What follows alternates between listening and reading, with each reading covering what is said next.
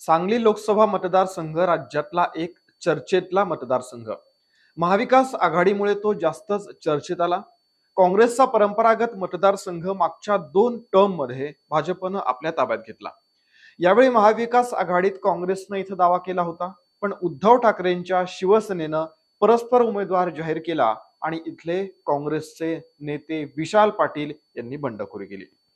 शिवसेनेतर्फे चंद्रहार पाटील निवडणुकीच्या रिंगणात आहेत, तर भाजपनं संजय काका पाटील यांना आधीच उमेदवारी जाहीर केलेली आहे. त्यात चंद्रहार पाटलांना उमेदवारी मिळाल्यानं स्थानिक काँग्रेसमध्ये प्रचंड नाराजी आहे. त्यातूनच विशाल पाटलांनी इथून अपक्ष म्हणून अर्ज दाखल केलेला आहे. आता काँग्रेसनं त्यांच्यावरती कारवाईचा इशारा दिलाय. काय घडू शकतं सांगलीमध्ये? या आधीही बंडखोरी झाली होती, त्यावेळी काय झालं होतं? त्याची पुनरावृत्ती यावेळी होणार का? सविस्तर जाणून घेऊ. त्यासाठी हा व्हिडिओ पूर्ण पहा आणि बखर लाईव्ह हे यूट्यूब चॅनल सबस्क्राईब करा.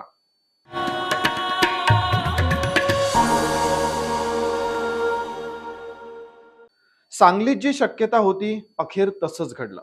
बंडखोरी करणाऱ्या काँग्रेसच्या विशाल पाटलांना कारवाईचा इशारा दिल्यानंतर देखील त्यांनी उमेदवारी अर्ज मागे घेण्याच्या शेवटच्या दिवशी देखील आपला अर्ज कायम ठेवलेला आहे. त्यामुळे प्रदेशाध्यक्ष नाना पटोले यांनी कारवाईचा इशारा दिलेला आहे. विशाल पाटील आता सांगलीतून अपक्ष म्हणून निवडणूक लढवणार आहेत. याचा फटका महाविकासला बसणार असल्याचं आता बोललं जाते. विशाल पाटील यांना निवडणूक आयोगानं चिन्ह देखील दिलंय, लिफाफा. पण हे सर्व होत असताना नाना पटोले यांनी काय म्हटलंय बघा. विशाल पाटील यांची मनधरणी करण्याचे प्रयत्न आम्ही केले. उमेदवारी मागे घेण्याची विनंती त्यांना करण्यात आली, पण त्यांनी माघार घेतली नाही. त्यांना कुणीतरी फूस लावली आहे असं वाटतंय. याच संदर्भात काँग्रेस पक्षाची महत्वपूर्ण बैठक 25 एप्रिलला बोलवण्यात आलेली आहे.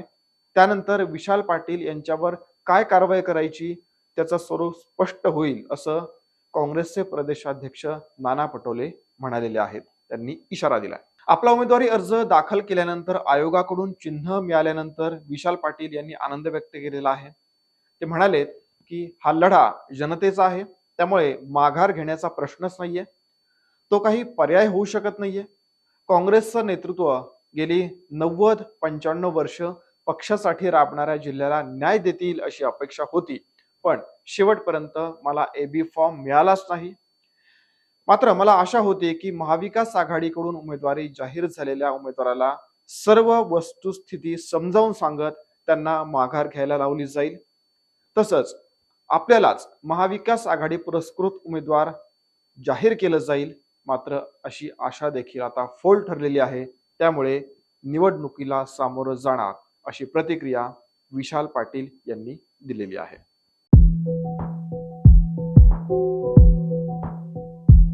2014 पर्यंत काँग्रेसचा बालेकिल्ला असलेला सांगली मतदारसंघ मोदी लाटेत उद्ध्वस्त झाला की काय अशी परिस्थिती निर्माण झाली. कारण आणीबाणीतही न ढासळलेल्या काँग्रेसच्या या बालेकिल्ल्यात 2014 आणि 2019 असं सलग 2 वेळा भाजपनं वर्चस्व प्रस्थापित केलं. संजय काका पाटील इथून निवडून आले. आता पुन्हा एकदा भाजपनं त्यांना संधी दिलेली आहे. त्यामुळे ते हॅट्रिक साधणार का ते पाहावं लागणार आहे. कारण प्रतिस्पर्धी पक्षांमध्ये बंडखोरी झालेली आहे. आता अशीच बंडखोरी 2009 ला देखील झाली होती. त्यालाच जत पॅटर्न म्हटलं जातं. या संदर्भातला एक व्हिडिओ आम्ही बखर लाईव्ह या आमच्या यूट्यूब चॅनलवरती केलेला आहे, तो नक्की बघा.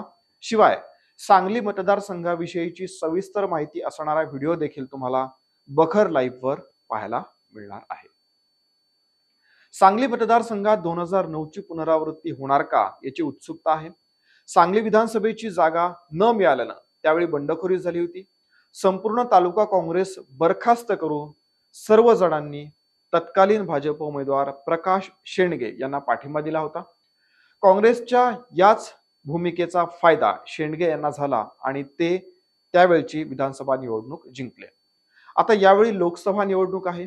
काँग्रेस उमेदवार अपक्ष म्हणून रिंगणात आहे. त्यामुळे महाविकास आघाडीची मतं विभागणार हे स्पष्ट आहे. पण फायदा कुणाला मिळणार याची उत्सुकता जी असेल ती 4 जून पर्यंत कायम राहणार आहे. हा व्हिडिओ कसा वाटला ते कमेंट करून सांगा. या व्हिडिओला लाईक आणि शेअर करा. आमच्या फेसबुक, एक्स आणि इंस्टाग्राम पेजला फॉलो करा. धन्यवाद.